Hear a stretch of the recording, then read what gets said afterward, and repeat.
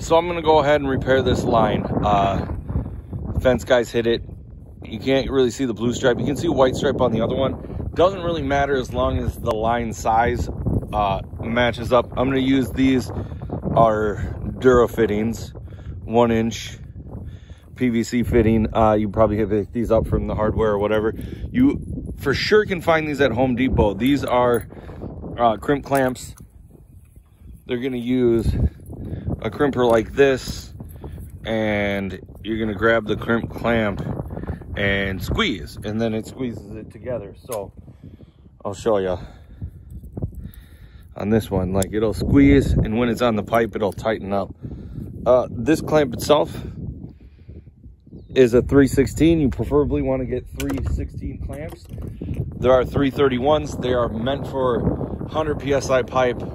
So if you can't tell, if there's no writing on the pipe that says 100 psi or 80 psi, go with the 316s. They're a smaller clamp. You're still going to be able to clamp them on thicker pipe. Pipe cutter is going to help, but you can do this with a Sawzall, a utility knife, probably not a utility knife, but a manual saw, a Sawzall, hacksaw, whatever. The other thing I'll note is I just did one that a guy picked this up from Home Depot. See how this is spiral? Like, that's going to leave a path for water to leak out. Don't get, if you have a fitting, don't get a fitting like this. There are some fittings that are meant for this style clamp, this worm gear style clamp, and they will have a bunch of little barbs and a flat section. That's meant to put the clamp on the flat section after the barbs to seal it up. So let's go ahead and get this to working. Also, a small rubber mallet. This one's maybe a little too small, but it's what I got at home, so that's gonna help. You take a rubber plastic mallet, it's gonna help really get the fitting in there. Don't use a torch on this pipe. If you start using a torch, you're going to increase the likelihood that it's going to leak.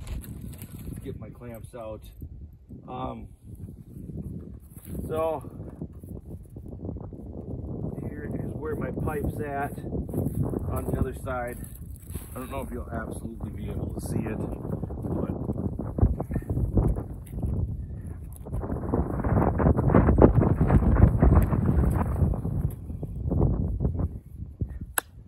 careful not to get any dirt, debris, or rocks or whatever in the pipe while you're cutting it.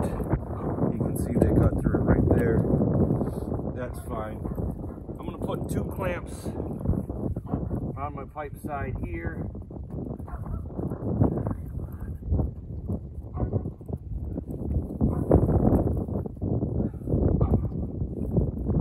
Sometimes if it's misshapen or squeeze a little bit from the cut, you gotta squeeze it back. So, put those 2 on.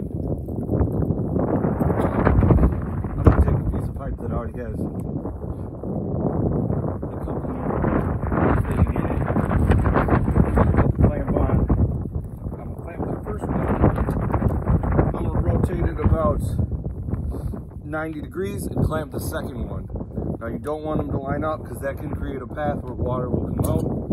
Ideally, 90 degrees is just fine to do that. So then, I'm just going to wiggle the pipe in while pushing forward. There we go. Sometimes the pipes are bent because it comes off a roll.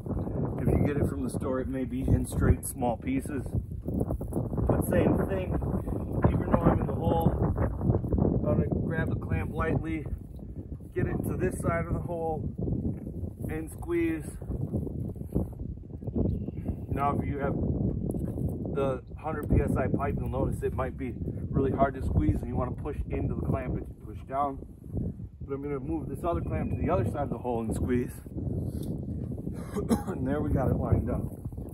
Alright, so now I'm going to cut over to this other piece of pipe, the other cut line. I'm going to cut it. A little bit of dirt in there, so I'm going to try to knock what dirt I can out of the hole. And then put a couple clamps on.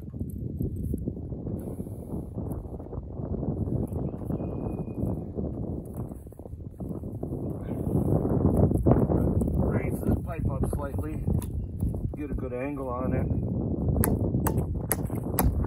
Give it a little strip wax.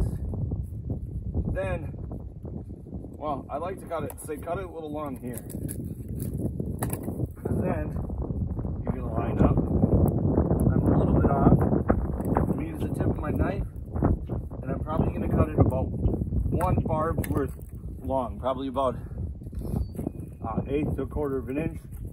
You see how that pipe overlaps there, and it's a little bit longer. Now, hopefully you can see it. Now I'm going to push in with that little bit length of pipe.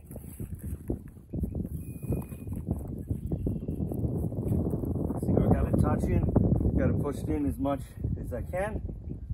I'm going to go ahead, same thing. I'm going to grab my clamp. I'm going to push on one side of the hole. For the other clamp, I'm going to alternate.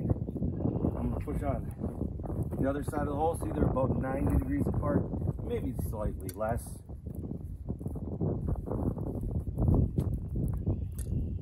Same thing on the other side of the fitting.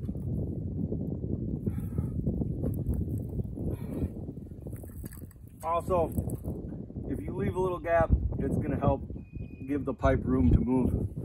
Not totally essential, but it's going to help. Let me grab my trash out of the hole. Throw that to the side. I'm going to bury back in my hole, and we'll be all set. Thanks for watching, guys. I do have other repair videos if you check it out in my irrigation repair videos section. Don't forget to like, subscribe, other stuff. I got controller videos and other things, how to switch ahead, stuff like that. All right, thanks for watching, guys.